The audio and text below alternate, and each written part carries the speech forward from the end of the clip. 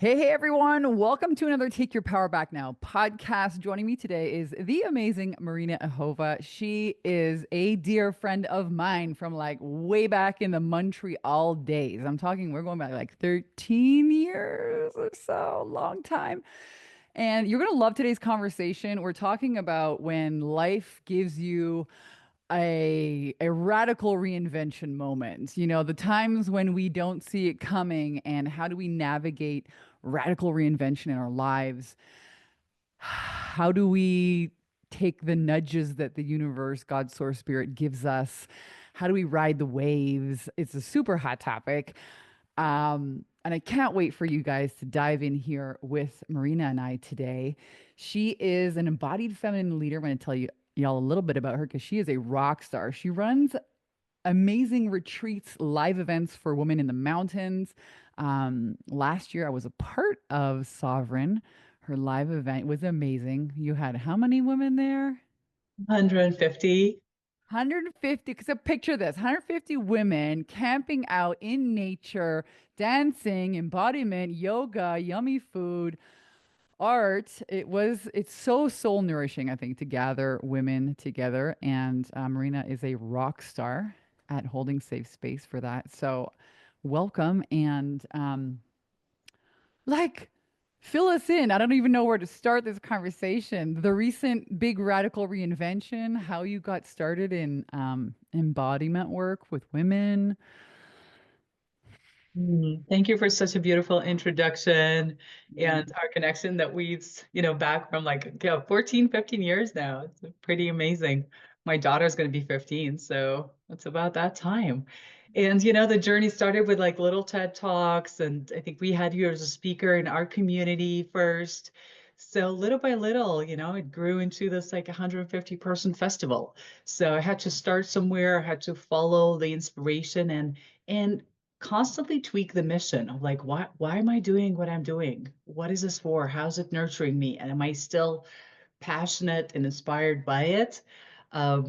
Started back with like yoga days and then the personal development with like Tony Robbins. And that was so masculine. And it felt a little more phallic, like this skyscrapers that are being built.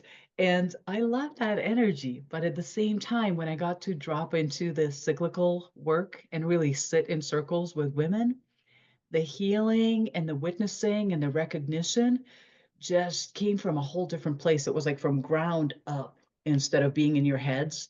So it was extremely empowering, inspiring, and it was like rebuilding my bones, like from inside out. So that's where I got more into somatic work. And now my work is like really encompassing of the mindfulness. And I still love strategies and goals and visions, like really stoking that fire on like our big why. Why are we here? Why do we do what we do? But then whatever is in between the why and us getting there very often lives in the tissues. It's in the body, it's in the somatics. So that's where I find dance and even sacred rage and shaking and breath work and EFT comes in and it just bypasses the mind because the mind can only go so far. So that's what brought me into the feminine work. And then I was like, what would I love to do? I would for sure love to gather with my sisters in the woods for a few days and do this like multi-generational work where we also really radically open this up to diversity and welcome our Indigenous sisters and sisters of color. So I really love representing that. And that's how I think the feminine learns from that cyclical diversity of like the different stories. And it's a combination of everything that creates that magic something. You're preaching to the choir, girl. Like you're talking my language because this is how to explain in words, that nourishing, that soul sister, that the nourishment that happens when women gather in safe space and are seen and heard and understood. And one of the interesting things you said is when looking at your business, how it evolves, you're like, how is this serving me, nourishing me? And I like, can we just put like a full stop right there and like highlight with the highlighter? Because I was just reading an email. So many, and we all grew up in this, this is not new. Like, we're not new in business. We've been in business for well over a decade, and we were raised with the hustle, the grind. You Mhm. know, this is how you push through and you bust through and you this is how it's done, you know. And it's not like that anymore. And I was just reading an email from a high level woman CEO who's like, I lost myself. I somehow discovered I was just doing all this stuff to be needed, and it wasn't even a reflection of my what was. So I'm doing this whole new thing now, and I'm like, I respond, I'm like, proud of you, girl. You know, it takes so much courage to just admit that and to make those big pivots and changes. Yeah. And so what I love about what you said here is like, well, how is this nourishing me? Is this serving me? Because we can easily get lost in like, oh, those everyone expects this of me. Everybody wants me to do that, needs me to do that. And it's, you know, this business is kind of like a reciprocation. You know, if it juices you up, it's really going to serve people as well. Yeah, So how definitely. how did you how did you get into where was the idea to start, you know, the event in the first place? Like how did that because that's like no small feat having 150 women over a few days, you know, Oh, in an event. and again, just again with that highlighter topic of like what nurtures me, I think I reached these like plateaus or evolutions in my business where I'm bored about teaching the same stuff. Like you're so comfortable with a certain topic or the format, and then you're like, you're showing up there halfway. You know what I mean? I think a lot of us do hit that point. And that's where we can die a slow death and completely either, things are going to fall emotionally, energetically. Like you can feel, I can sure see and feel women who come in the room, or even like men, people that come in the space and they're either lit up by their purpose and their mission, or it just sounds like a good idea and they're just repeating something from the past. But I think it was my personal journey of like pausing in those places that I no longer felt alive, where I was dragging my feet to show up on my circles, my calls, and that's why I had to pause and ask myself the question, what would excite me right now? What would juice me up? What kind of a class or a retreat that I would love to experience? So I think that leadership for me shifted, or even like entrepreneurship shifted from, what is out there for me either to get or to offer somewhere else versus I am a valuable part of that experience as well. So putting myself, like including myself on the altar, and I am here too. I'm in the circle. I'm doing the work together. So my metrics for like retreats and events actually lately have been how much fun can I have while in the production, in the whole, weekend? Am I enjoying the event itself? Right? Because you can get so caught up in a big production of a big event like that. But it's like I mindfully like keep on tracking. Am I still enjoying this? How can I make it more fun? Who do I want to hang out with? Like what kind of topics or speakers? It's really I think the business is evolving right now. It's more conscious and it's a two-way street. It's like what am I experiencing? And then it feeds me back. And then sure enough, people show up because it's loved and needed, and not just by me, but so many others. Yeah, I love that. I love that it's a and that you put yourself in the mix. Like there's not some I mean, of course, you're the leader of this event. You put this together. Everybody recognizes this, but you're right. You're there with people enjoying in the rituals, in the conversations, enjoying it, which I just love. Yeah. And Yeah. I think these kind of events where there's a lot of women gathering, it's okay to just take off the mask and be like, here I am, you know. And that's so freeing in itself because a lot of people, like you said, they're, yeah, full on in their purpose or regurgitating, you know, an old version of the past or not able to let go of it or in the middle being like, I don't know, I don't know, I don't know, but something's happening and here we go. And I'm on the ride. I'm in the journey of it and I'm ready for what's next. And, I think it's so powerful to see real Hmm. Hmm. in the reflections around us. Yeah. Yeah, talk to us a little bit about your this current evolution here in your life. Marina and I spent some time together recently in Reno, which I just so adored. She's like, Let's go skiing. I need some soul sister time." I'm like, "Yes, yes, let's go." And we just had the best time, like so nourishing. Yeah. Mhm. So needed. You know what? I love Joseph Campbell's work is like there's a plot twist, right? Like when something goes so well and you dial something in, you get, you're in your power, you get comfortable, and then life just throws, a curveball at you and says, "How about this now?" So after the great success of the festival and everything, in our second year, we finally have the team and the leads and everything. We get hit by a big fire here and the land gets all taken down, like it's all charcoal.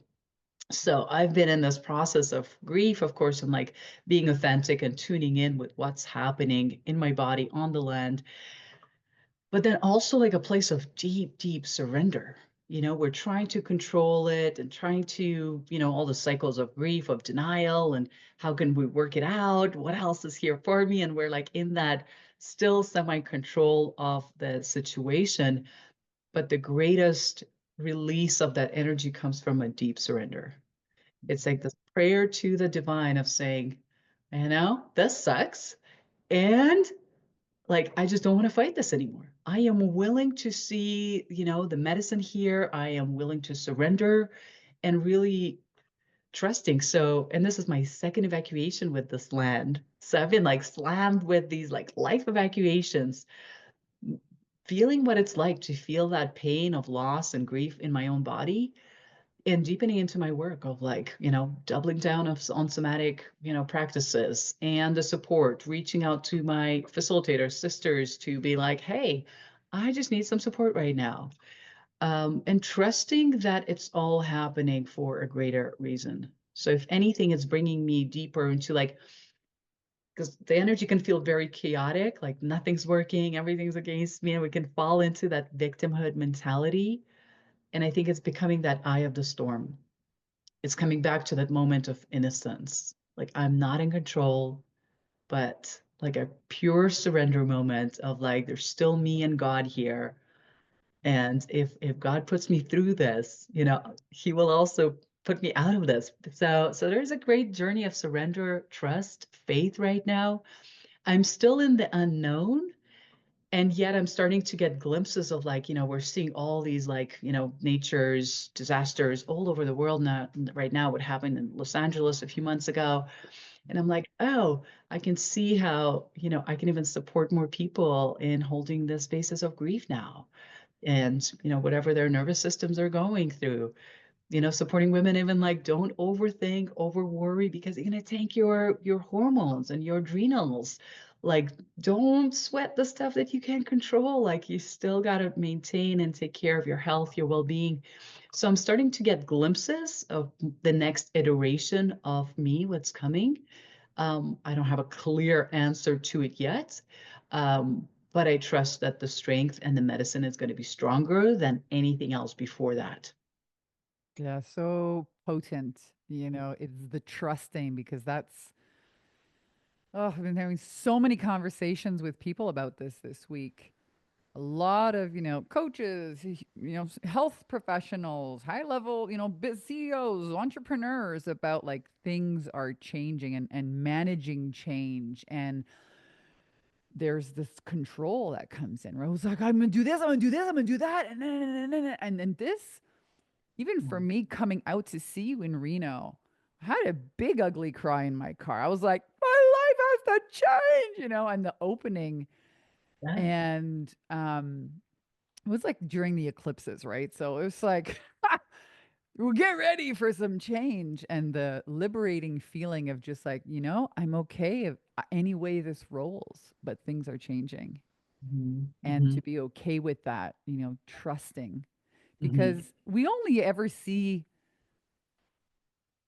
life or how good God, source, universe really is in hindsight when we look back. Like we're done, we're way past it. And then we look back and we're like, oh man, that was so good. I would have never seen that one coming.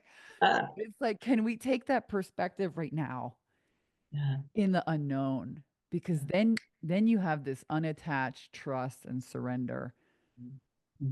Yeah. And I've been having that conversation with a lot of people because, Yeah. we could be looking at it through through like this lens, and there's like this available to us. Mhm. But Mhm. we're here trying to like, no, it has Yeah. to happen this way.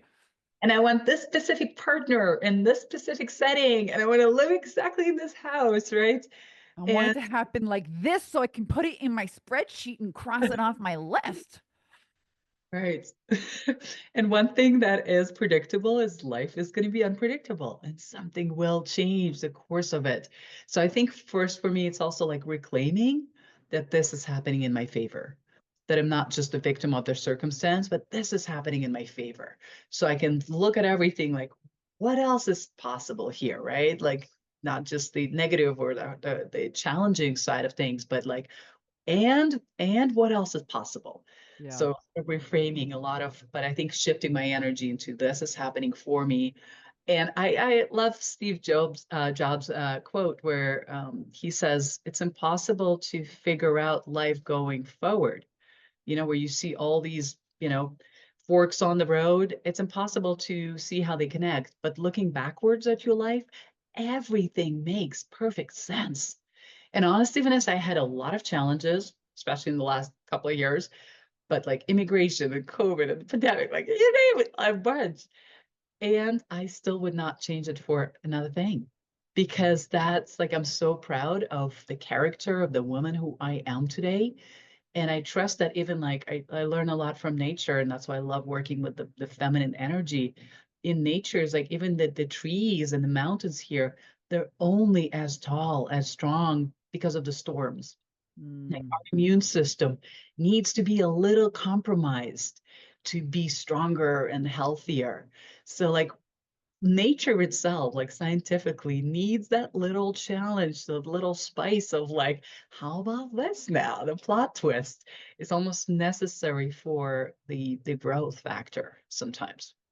Yeah, I think that's a really good thing to remember because when you're being hit with like one shit storm after another shit storm after another ending, after a death of this, after an ego thing, after a change, after a loss, grief, like these are big things, right? Yeah. People that lost their homes in the fires in LA, the fire that happened here in Reno, like there's real things are lost. People's lives are changed. Like it's wow.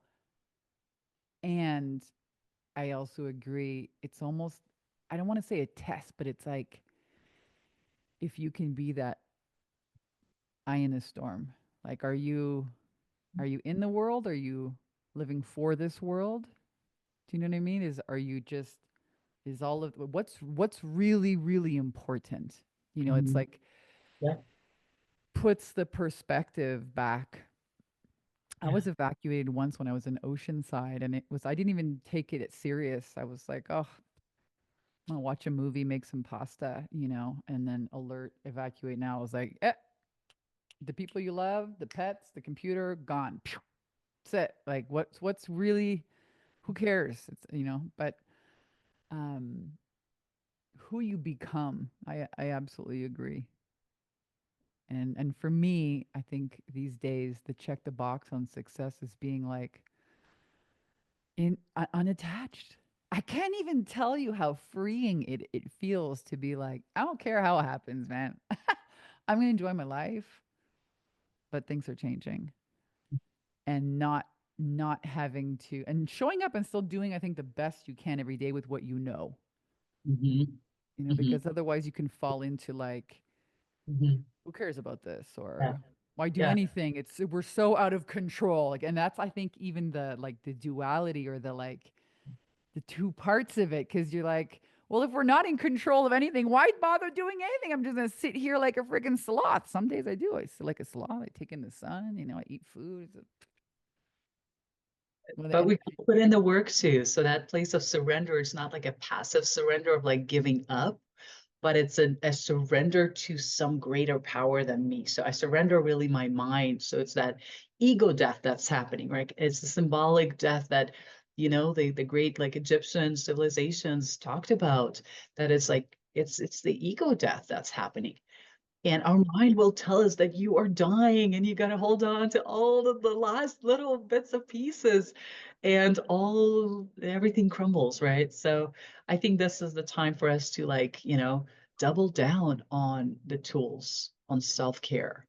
So for Yes. me, especially like regulating my nervous system, my mindset and everything, it's like I have accountability partners, I've got support systems, I talk to my, uh, psychiatrist friends and everything.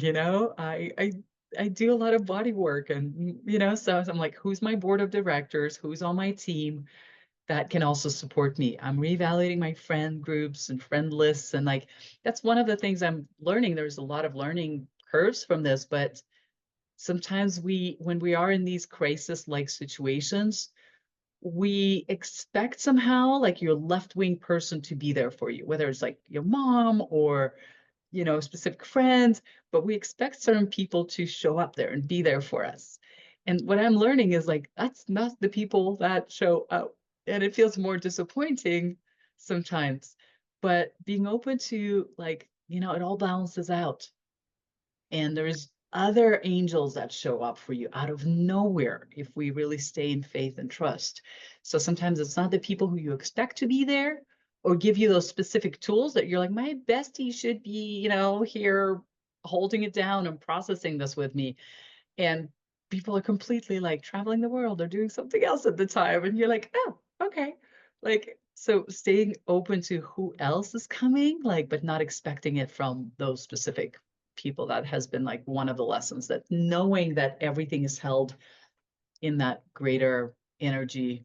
I love working with the power of mycelium too, how there's like this mycelium network in the ground, and that there's that magical thread that just like connects everything. So it could be like someone online that will reach out, or a friend from your community, or a participant that would like came here and like help me rebuild my house right now. Like incredible things do happen from ways that we can't even like foresee. Yeah, it's like the iron in the fire that wasn't even in the fire, coming in from left field, and we're all rocking each other home. This is a whole new consciousness, this all one consciousness. So yeah, it's fascinating as we evolve. Um, Relationships and mirrors and reflections, those change too. That's, I think, one of the biggest things that I've noticed of like, don't be so attached. Like, be unattached about that too, because you're right. It can be somebody on the phone that I haven't talked to in 10 years messages me with something. I'm like, oh, let me look at that. Oh, wow. Could be Hmm. the neighbor, somebody at the store. Like, it's quite radical. But I really love this, staying open, Hmm. not Hmm. having the expectations. The expectations is what leads you to suffering. Hmm. Hmm. Hmm. Yeah. What's cooking? What's lighting you up? What's alive for you? Are there any like ideas for what's coming next? Any offerings that you have that you're like chewing on, or you're like, "Psh, I'm chilling out right now. This is like, where are you at with anything, with everything, business Um, wise?" Well, I'm still consulting, so I love, working with psychedelic medicines right now and how they're revolutionizing mental health. Like,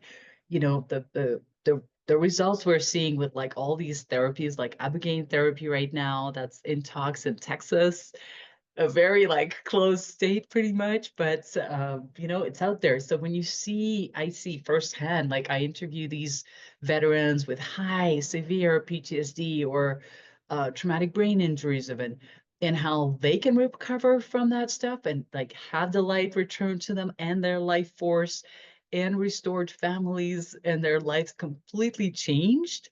I have a lot of hope that there's so many, we call them, newer breakthrough therapies or systems that are coming in, but they're really ancient.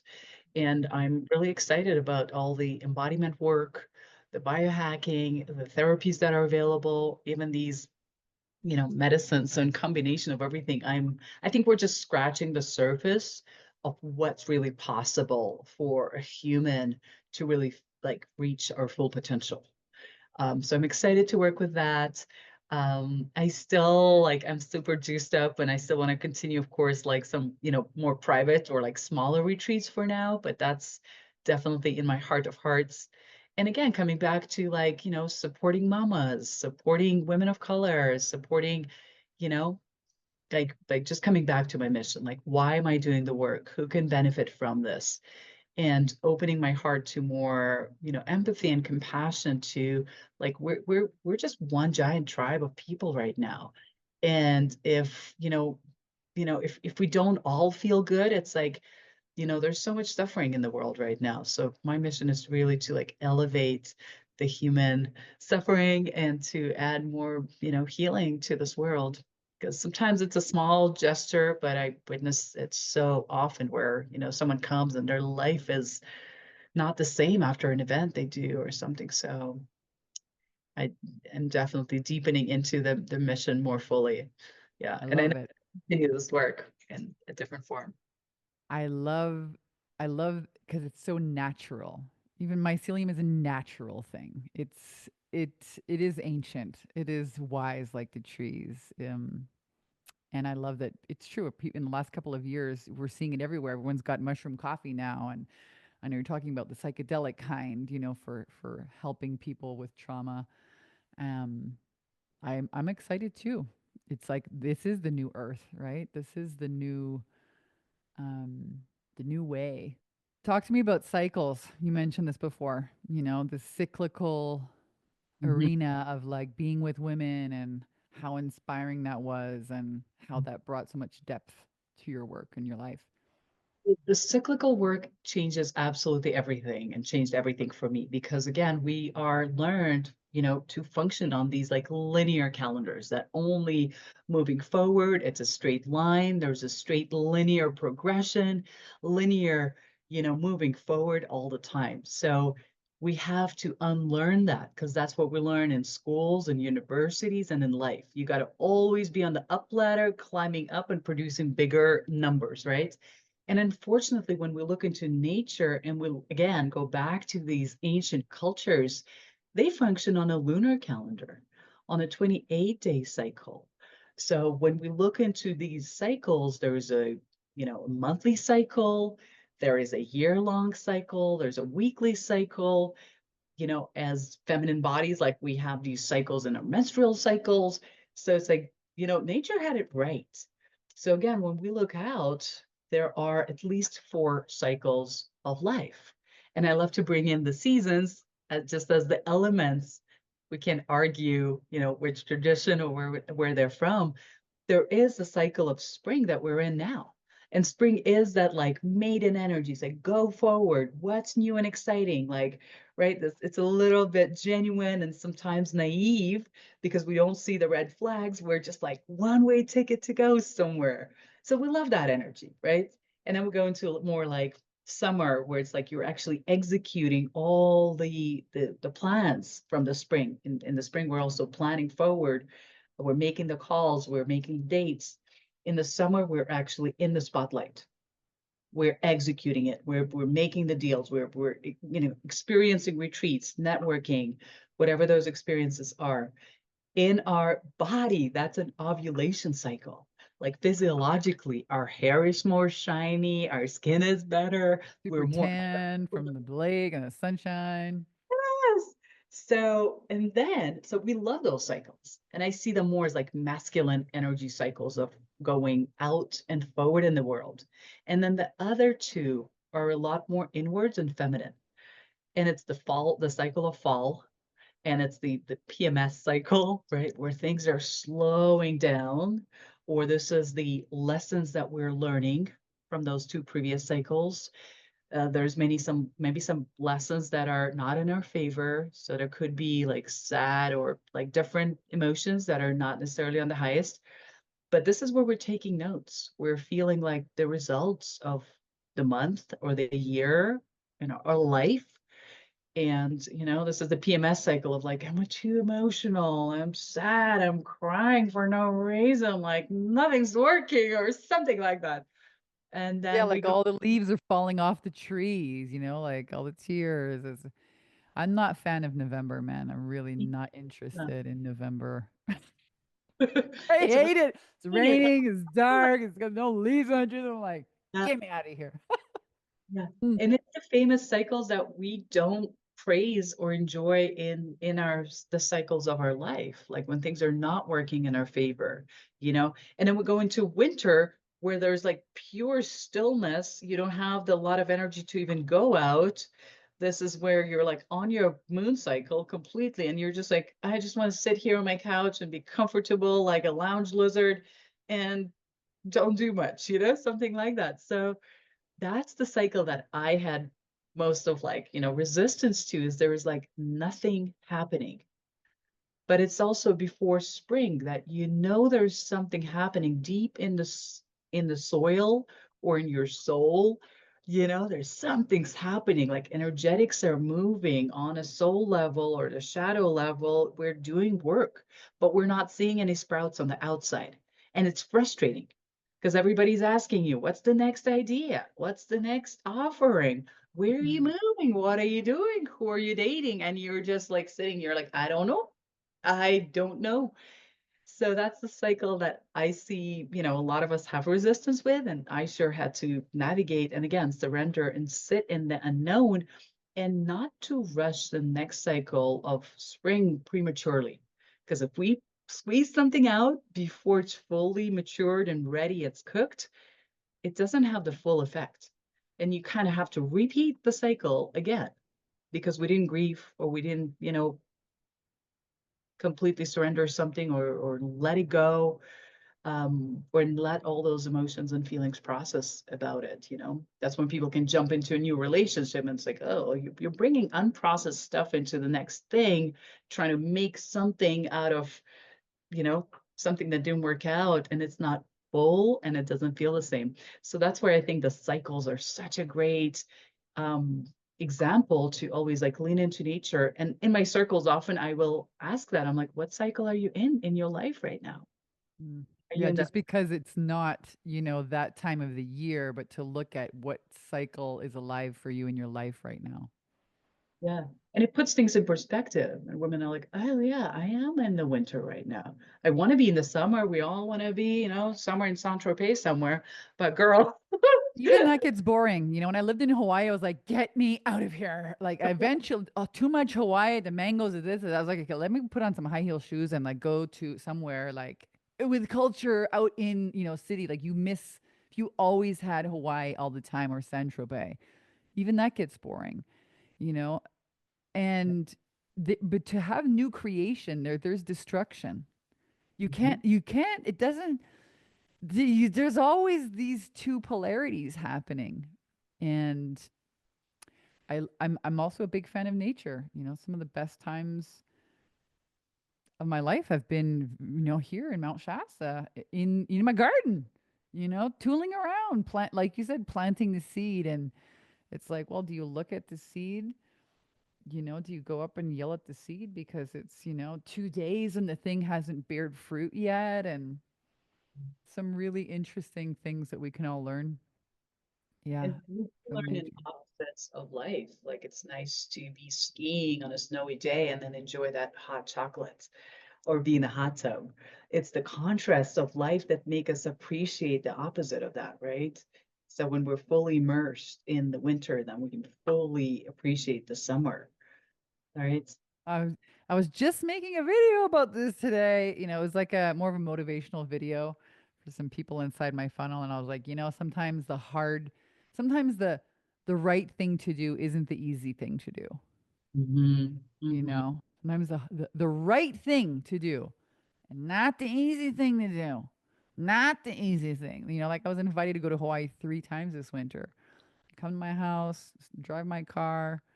You got a room whenever you want. Like 3 invitations. I was like, nope, I'm gonna stay here.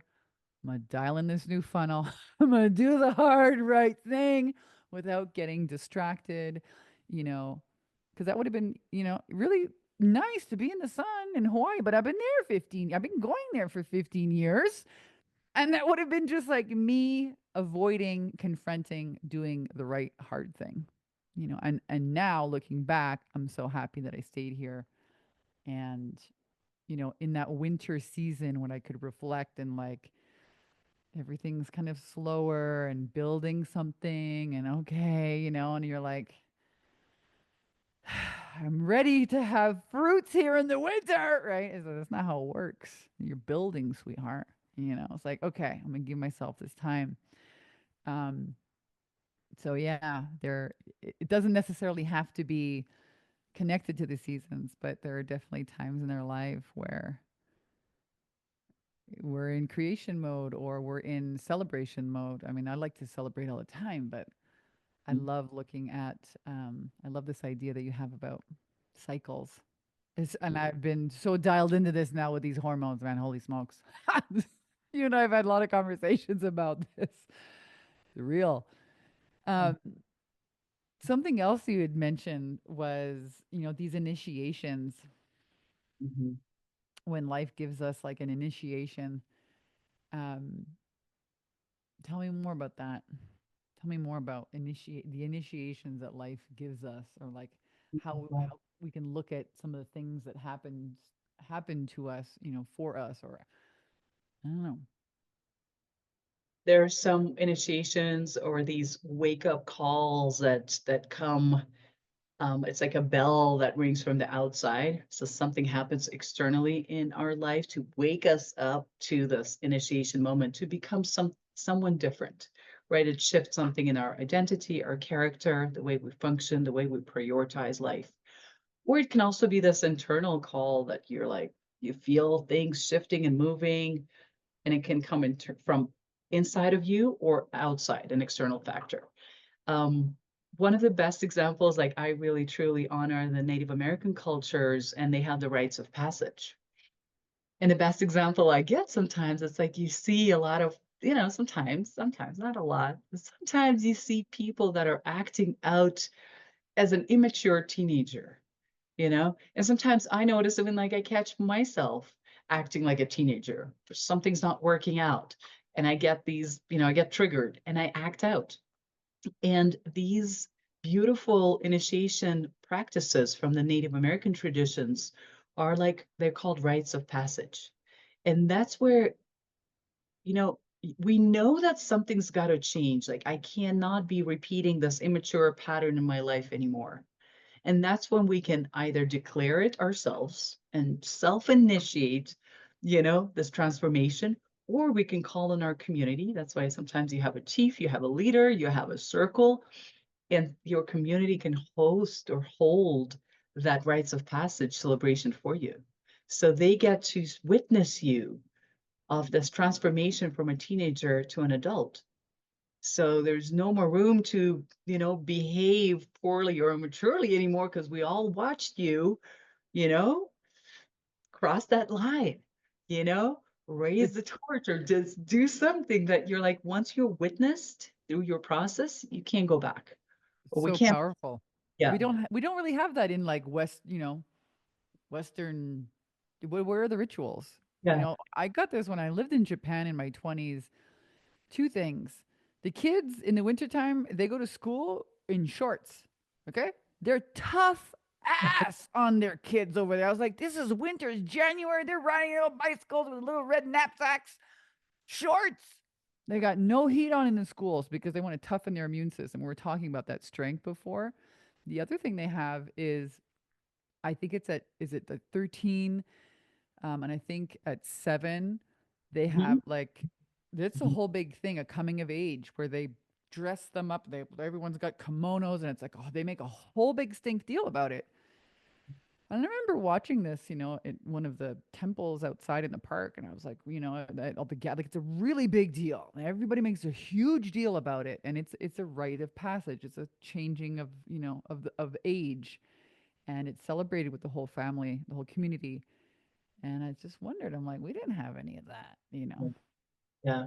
One of those, like I brought my daughter to one of the women's festivals out here in the West Coast, and it was a celebration of her getting her first moon cycle, Mm. and it's the little girls that are, somewhere between that like 11 and 15 and the entire tribe, we're like over 500 women who are witnessing them cross that line with their like little braids with the red, threads and everything. And it's that celebration of like, wow, I get to make life and carry life and tap into my womb in such a celebratory way. And it was so powerful. And then Mm. after the girls, you know, got initiated into that, everybody had tears and it was so touching. And then they offered each woman an opportunity to also walk that and cross the line if you never got that opportunity. And I witnessed women in their like 60s, like late 60s, cross the line to reclaim their power, reclaim their wombs. So it was extremely incredible. It changed our relationship and her life, her assuming her adulthood and womanhood for sure. But there are different moments of that. There are different aspects of our lives that we can initiate ourselves or again reclaim that next chapter of our life of an entrepreneur, a business person, a moving to a new country, becoming a mother or a partner or a wife, or, an artist, right? Like whatever that next chapter is wonderful. And I think there's a little bit of a fear, there has to be a little bit of a fear of like of losing something or not going back to that old identity. So that's where it carries sometimes that like seriousness or like we feel it coming and there's a little bit of a discomfort with it. um, but it's again the death of the old identity, the death of the known, and then opening up to the new. And I just want to also like, it's a great reminder for myself is like nothing is ever lost. So we get to actually like it's not like I'm closing the doors on the teenager and the maiden in me and the single woman and like, and I'm never going to revisit them again. But you're actually building. It's like a compounded effect that you're building on all those old identities, becoming more, becoming whole. And we always have access to them. They're like in different tabs. They're always available. Oh, Um, and they all need to be seen, heard, and expressed. They yeah, all need to be honored. This is, the big part of my work when I I did a retreat in Hawaii a couple of years ago, and it was about claiming and embodying your divine feminine essence, and it was just wild. I mean, women just went wild. You bring women to Hawaii, they're gonna go wild. I mean, like dancing all day long, dancing in the kitchen while they're making breakfast, music's playing, people are laughing. Like to just have the time and space to honor whatever that next evolution was. Some women were getting divorced, some women were new jobs, empty nesters now. Holy smokes, now what's happening in my life? yeah. And it's so important to express that, all of the parts of ourselves. Even, Mhm. I think art does a lot of that, connecting with the little kid in me, that used to make art when I was a kid all the time. Like there's this whole psychology, or I don't know, there's this whole yeah, psychology of now you're an adult and you got to be professional and spreadsheets and well, don't lose the kid, man. Don't lose that Yeah, creative spark. Don't lose that. Don't lose the little dancer in you or whatever it is, absolutely. because that's the passion, man. That's the fuel. That's the juice. You don't want to lose that. It's an and. Let's do and. That's, Yeah. I think, a whole yummy juicy life right there. Because you're And right, we don't lose it. We don't lose our skills of who we were. I'm looking at my vision board and it's like I've got a picture of like me when I was probably like 5 years old. And I'm just innocent smile, this like wildfire in my eyes. And that helps me. And I think that's what these initiation times and moments do is like, how can you encapsulate that or like, create an object that will remind you of that or a picture of yourself or a statue or like buy yourself something that would represent that. I got myself like a self-marriage ring at some point of like reclaiming my wholeness, my masculine and feminine within coming together. So I think it's important around these ceremonies and rituals to have like an object or ceremonial something that will remind you of that. It's like a gift or a token or trophy you get, and it gets to sit on your altar and it gets to live with you and it gets to exist and to be honored. but that part of you. And I think it also addresses the energetics of things. How sometimes we want things to work out in a way, and we pull out the strategies, and we'll look at the numbers, and we try to, you know, strategize and just like negotiate it from the mind. But that other aspect of the ceremonial addresses the energetics of it, where you That's just really well said. declare it to be complete, declare that to be such. Like even when like our land burned down, and I was still like processing these waves of grief that are coming in and out. And then, I spoke to one of my coaches who's also into a lot of ceremonial work, and he goes, "You just need to have a ceremony there." And I went right into the epicenter of that charcoal forest. And I'm like, you can feel that land that's burnt. You can feel that like Pele's energy, like that goddess of fire herself. And the death, like Kali, like you can feel that energy. And I'm like, I feel you and I see you, and we are now complete. And so it is, you know? So it doesn't have power over you anymore. Like once you cut that contract, you declare it to be so. That shifts the energetics. Yeah, instead of being afraid or like, oh, just go away and I don't want to deal, you're like, no, no, I'm going to go confront. Mhm. Anytime I move things around my house, and I do this a lot because in my world, there's no, you can change your life from the outside in or from the inside out. It's all connected. It's all, what they call this Maya illusory thing, we're not taking any of this with us when our soul evolves, right? But I notice, I'll move things around my house on purpose. Mhm. Putting plants, putting new different art. I was just looking, moving things around the house. I was like, I don't like that thing. Get it out of here. This is old. Goodbye. Done. I was like, oh, it changes the energy around the space, and it Mhm. informs us of what's real, now, what's happening now. We see it. It's in our. So I love this idea of solidifying an initiation or a ritual with um, something that reminds us that the Mhm. transformation has taken place. Mhm. Exciting. So how can people find you? Where can they connect with you online if they want to know more about your work, about the events that you put on, about all of it? Absolutely. I think the easiest way is just to go to my Instagram, Marina_Ejova, and get all the updates and news and just stay connected that way. We're definitely going to roll something out for the summertime. I'm excited. I don't know exactly what that is yet, but like September wise, we're going to do something end of the summer. Yeah, that's what's going on. I love it. Highly recommend connecting with Marina. She is a lover. She's a rock star soul sister. Absolutely adore this woman. She has a heart of gold, and it's hard not to transform around her. So I just love you. Thank you for taking the time to be here and sharing all of your enthusiasm and wisdom with everyone. And thank you guys for tuning in to another Take Your Power Back Now podcast.